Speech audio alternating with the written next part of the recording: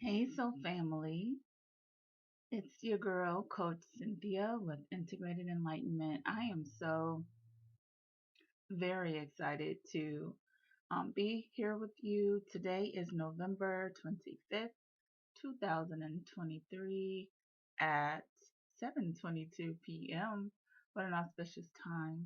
Um, Eastern Standard Time in the United States, and I'm not sure when you'll be getting this particular message or hearing this recording, but if you stumbled here, this message is for you. So welcome.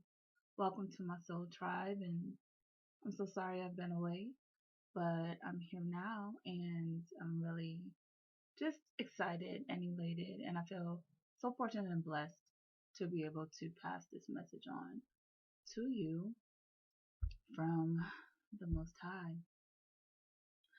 So, a little bit about me for those who don't know.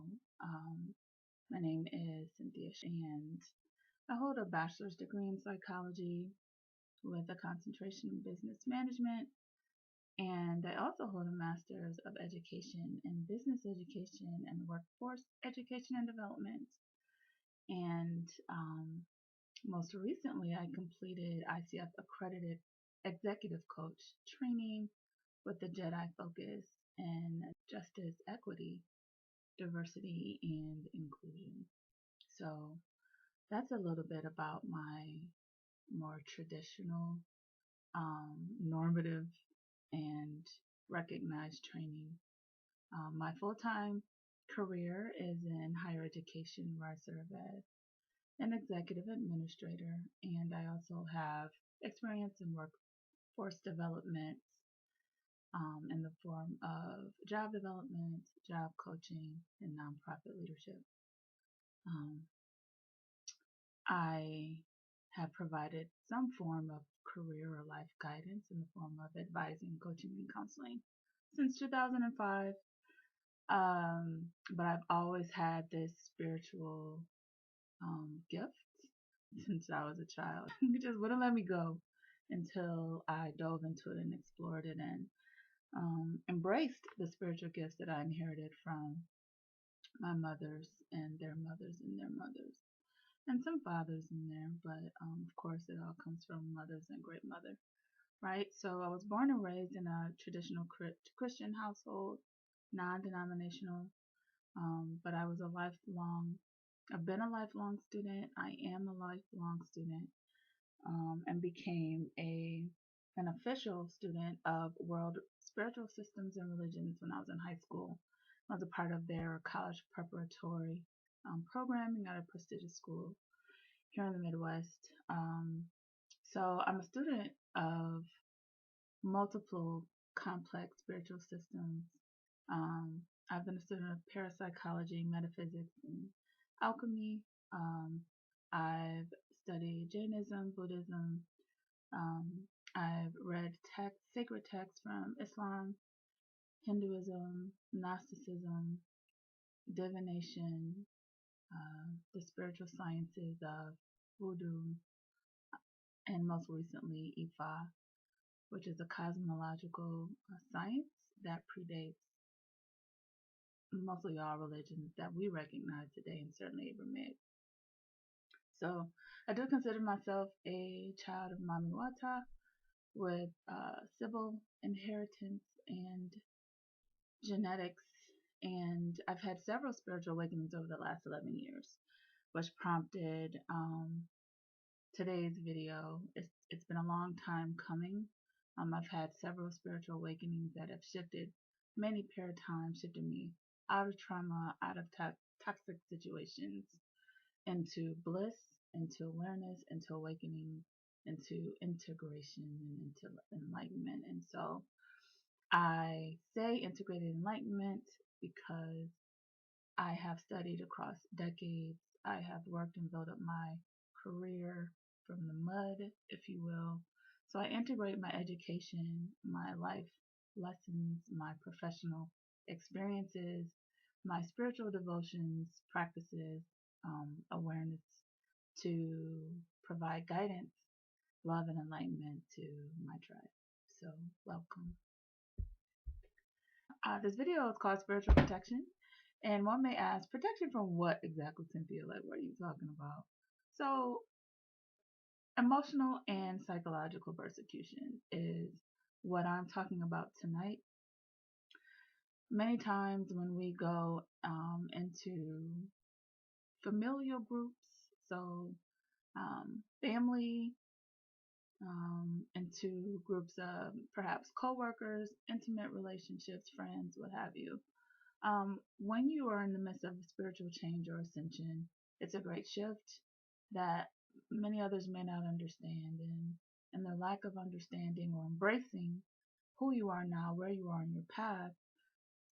I'll say we, because I certainly do suffer from it. I have suffered from it tremendously, but I've dealt with harsh judgments of others. That is a form of emotional and psychological persecution, gossip and bullying, isolation or exclusion, scapegoating, gaslighting, the invalidation of what you believe.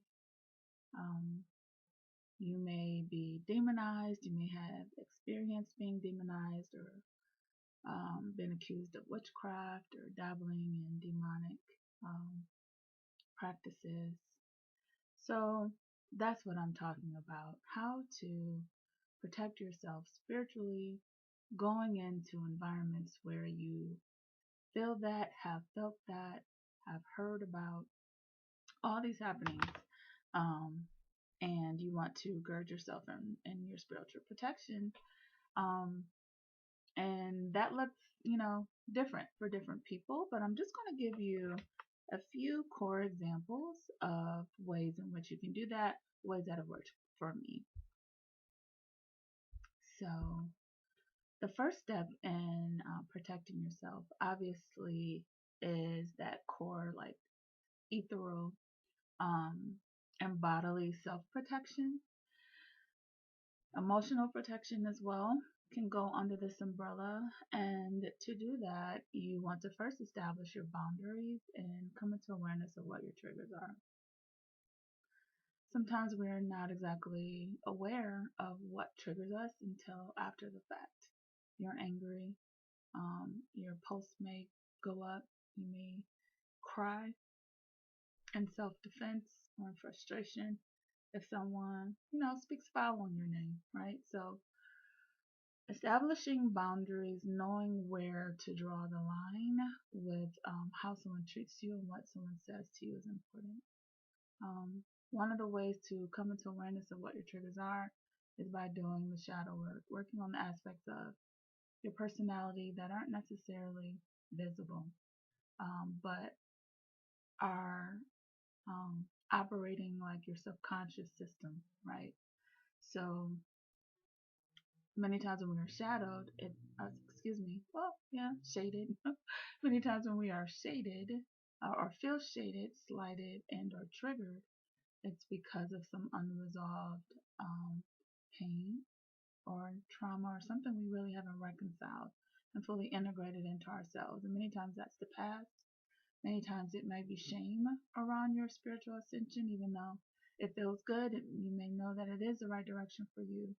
You may have some issues bringing that to light. So definitely continue to do your shadow work to help integrate those aspects of yourself. Ask for spiritual assistance with protecting your energetic and ethereal bodies. Okay, so you're going to call in your spiritual team, ancestors, archangels, ascended masters, like whomever you work with, whomever you call on, orishas. You want to call on them and ask for assistance and even knowing how to draw the line, where to establish boundaries. Ask for that protection and to seal you up, to seal up your aura, protect your body, mind, heart, and spirit. You want to recognize that you are sovereign as a spiritual being. Um, Having a human experience, it sounds cliche at this point, but um, is a part of all of our path. We are truly all one. We all come from one supreme, right? Supreme source. However, in the density of this particular experience, in this timeline, in this dimension, we see separation, and we came here to experience that separation. And in that separation, um, we it's our right to discover and explore our spiritual truths and pass to those spiritual truths, especially when they do harm to no one. And that should always be your intent. So it's important that you recognize that you are sovereign and you have the right. And there's a lot of guilt. I know I experienced a lot of guilt in my own spiritual awakening and exploration. Many times just thought I was going to hell just for reading, believing, other systems. But I always found that common thread of truth throughout the different texts and spiritual beliefs and literatures and doctrines, if you will. And so I knew that I was on the right path, but I felt this tug of guilt and shame in doing so. So to help protect yourself, it's important that you understand that it is your right.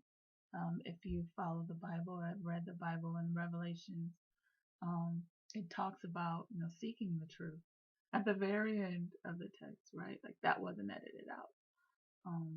Perhaps it was edited in, but I read the Bible from cover to cover when I was 13 years old, and I never forgot it. It was like seek the truth. And so even though I've had a bittersweet relationship with the Bible, it is a part of my spiritual textile and fabric. I know how it's been edited. I know how it's been pieced together, and still there are some truths that the Holy Spirit has left for us to discover and hold on to. And so definitely connect with however you identify God or the supreme source of existence and creation on your own terms and in your own time to establish your boundaries of protection. Um, Lastly, you can invite individuals out of your life, do so lovingly. If you find their behavior disrespectful, truly and highly toxic, you'll limit your exposure, yes, but sometimes you just can't. So I titled this Spiritual Protection for the Holidays, but this could be for funerals, weddings, baby, whatever, bar mitzvahs, um, whatever you're going, wherever you're going, right? And you may feel that pressure of the isolation and alienation due to your spiritual beliefs. So protect yourself by establishing your boundaries. Protect yourself by grounding yourself. Use Mother Earth, the magnetic and polarization of energy, ions, electrons that are in the ground are by divine design, and you can certainly connect with the earth to help reset your own rhythm in your body. So it's important to do that. We don't do it enough. I don't do it enough, but bare feet to the ground, sit in the dirt, sit in the grass, put your tailbone, your spine, the back of your neck, the back of your head on the ground, and help to reset your body. It is a gift from the Creator, and you should use it. And it also helps you to protect, reset, and cleanse your etheric body as well. Your body is a crystalline structure. By crystalline, I mean the molecular connections that we have form geometric patterns that are sacred geometry in our body that hold light and that hold energy and wavelengths to help your body move. So you have a heartbeat, rhythms in your body that shows up, brain waves in your body that show up like in patterns, right? So knowing that any other crystalline structure, especially when it's pure in the form of mineral crystalline structures or crystals, if you will, they hold a certain frequency, they hold light, they hold photons, they hold energy that can help you to reset cleanse and form an envelope of just pure from Mother Nature, pure from the Most High God energy that encases you and around you. So you're putting those things on your body, um, and essentially um, using them to your benefit on different places on your body, in your scalp, hanging around your neck. When I say in your scalp, I mean I literally put like stones, quartz crystals, jade, mm, black obsidian, just different gems like on my scalp at the top of my crown, and put my hair up in a bun, mostly for headaches. If I used to suffer from some pretty crazy headaches, and every once in a while I'll get them and I'll forget to use stones like the crystals, but for me they've been effective. Um,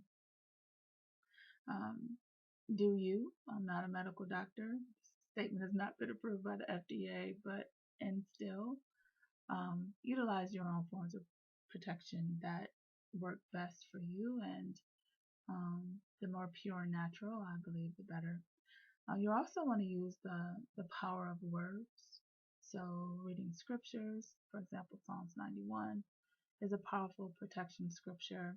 You may choose to read verses from the Quran or other words of protection and affirmations that you record for yourself.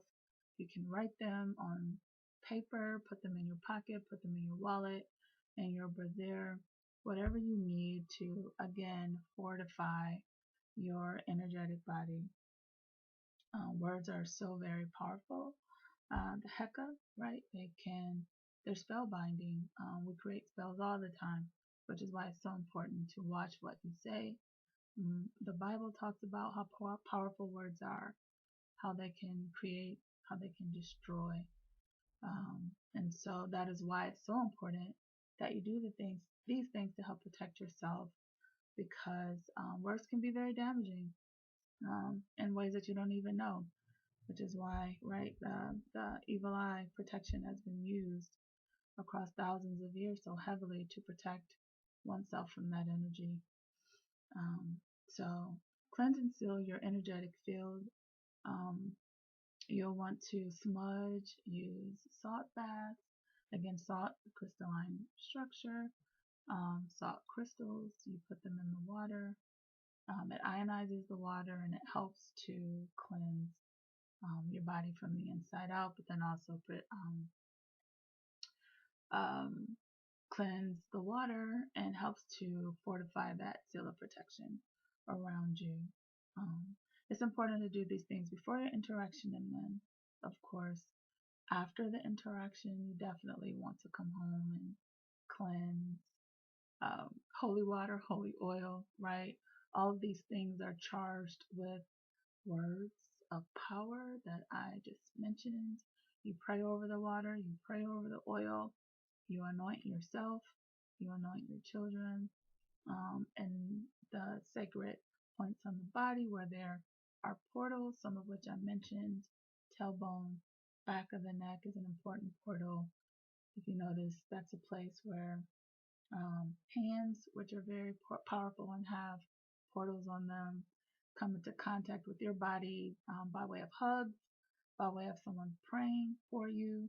And not everyone should be touching you because things transfer, right? But it's the power of those words. So anoint and bless those portals on your own body, your heart, um, your forehead, the back of your neck, in between your shoulders, and anywhere else you're led to anoint yourself before going into larger gatherings or places where you don't feel emotionally or spiritually safe. Okay, so I think I've spoken enough about self-protection. For those who are more spiritually attuned to other ways to protection, I would encourage you, and I'm sure you already know, to think of ways to integrate the elements that we have been blessed with here on planet Earth: fire, water, air, earth, and then ether. You can use all of those elements even more powerfully at one time to help protect yourself.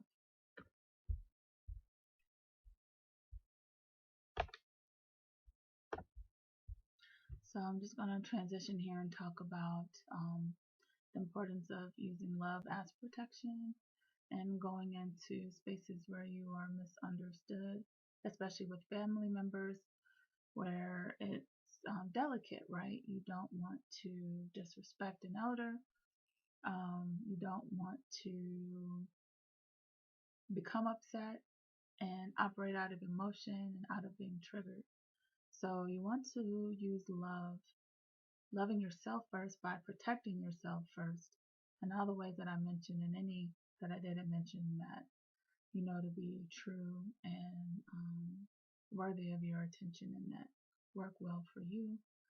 But then also, once you love yourself and extend that outwards, you want to make sure that you're demonstrating empathy for the individuals in your family or individuals that may speak against you and speak against your spiritual path. Um, Remember where you were before you got on your spiritual path and the times when you operated out of ignorance and or trauma, being hurt, the times that you lashed out, the times that you laughed at someone, that you gossiped about someone.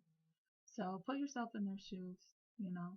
Many times on the spiritual path, we feel we can become extra sensitive, right? And kind of turned up. And it's like you feel yourself, you want to stand up for yourself, and you are quick to shut someone down, to defend your beliefs, to dismantle and discredit their beliefs. Um, so you want to demonstrate grace to folks. Um, Recognize that some people are spiritually fragile. You know, many times when you're sharing your spiritual truths, individuals may take it really personal and see it as a personal attack on their own spiritual system, and their faith may be challenged, shaken, or they may feel put on the defense or discredited. And so just recognizing that those of us who are in the diaspora, who are children of the indigenous peoples um, from the continent of Africa into Southern America, into the indigenous peoples and the Mesoamerican bloodline, down around Mexico and into the quote unquote United States, into Canada, like, and beyond, right? In Asia, you know who you are. And if I'm talking to you, um, those who have felt the pain of and the scar of being beaten and whipped and castrated and decapitated and murdered for practicing our indigenous spiritual beliefs. We have a different relationship with Christianity epigenetically. However, we also have found salvation or great peace and hope in the same religion that was used to oppress us.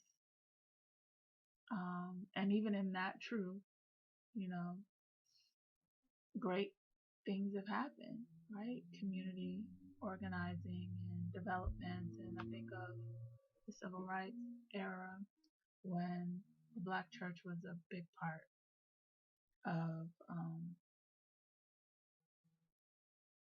that work and those sacrifices that were made and the development of Black communities. So it's important to be respectful of other people's beliefs. You know, they found a way to, they being like our Christian ancestors, who not all of them, as we know, were in the transatlantic slave trade, but some of them, right? Okay. So, but we all know that, as I just mentioned, that the weaponization of religion has impacted us in ways that get passed down genetically through the bloodline, and not just socially. And so when we are speaking to family members who are Christian, it is important to hold space for this trauma, this epigenetic trauma, as well as the goodness, right, of our people believing in Western and Aramaic religions. We hold space for it, even though they may not hold space for our beliefs. And whatever they are, it could be a hybrid of spiritual beliefs. It could be a practice of Santeria or Ifa, Voodoo, and all the others, right? There are so many practices that have been washed away and that are demonized and called witchcraft, even by our own community. So we're just holding grace. We recognize that many times fear is at the core of some of the lash that we get from others, the harsh judgments. There's a lack of understanding or willingness to understand, and we leave it there. We leave it there. Many people are still operating in victim survivalist mentality. So we just have to leave it. We just have to let them and leave that there. So we practice humility when we're centering love as a baseline. We practice humility as the ascended masters did and as they do. Resist the urge to debate. Resist the urge to be right. Like I said, you may be dealing with spiritual fragility, and the individual that you're talking to, if it's what their parents and grandparents and their parents and grandparents remember believing, then you kind of leave and honor that legacy, as well as the pain that comes with that. And you can pray and bless them and be the one to break generational curses and do the healing on your own time. Lastly, I just want to say that you don't want to use your refusal to debate or argue or even defend yourself, keeping in mind those boundaries. You don't want to use that to be arrogant or vain or to show yourself as being better or righteous. Like, I'm not even going to, I'm too spiritually gifted to be arguing with you. I'm not going to, lower myself to where, we don't do that. We leave it. We transmute it. We alchemize it. Okay. Lastly, as it relates to refusing to debate, you don't want to deplete your energetic reserves, leave that energy and that fury to journal, start your book, start your podcast, update your resume. There's so many different ways to use energy, like that Mars, that warrior energy, in ways that are more holistic and integrated and beneficial to you and what you're trying to grow. Okay? Continue to work to manage and love your ego. Love it, acknowledge it. It serves a purpose of protection, but you keep it in check. And the ego, as a part of that shadow work, can rear its head in spiritual conversation to manage and love your ego. Love it, acknowledge it. It serves a purpose of protection, but you keep it in check. And the ego, as a part of that shadow work, can rear its head in spiritual conversations or in the conversations where you place on the defense. So I'm hoping that this recording is helpful to you. If so, like and subscribe. This is podcast number 1. I'm not sure where we're going to go from here, but if it's related to love, life, career, spirituality, I'm your girl, I'm your coach, and I look forward to connecting with you next time. Until then, take care of yourself, sending so much love and good vibes. Ashe.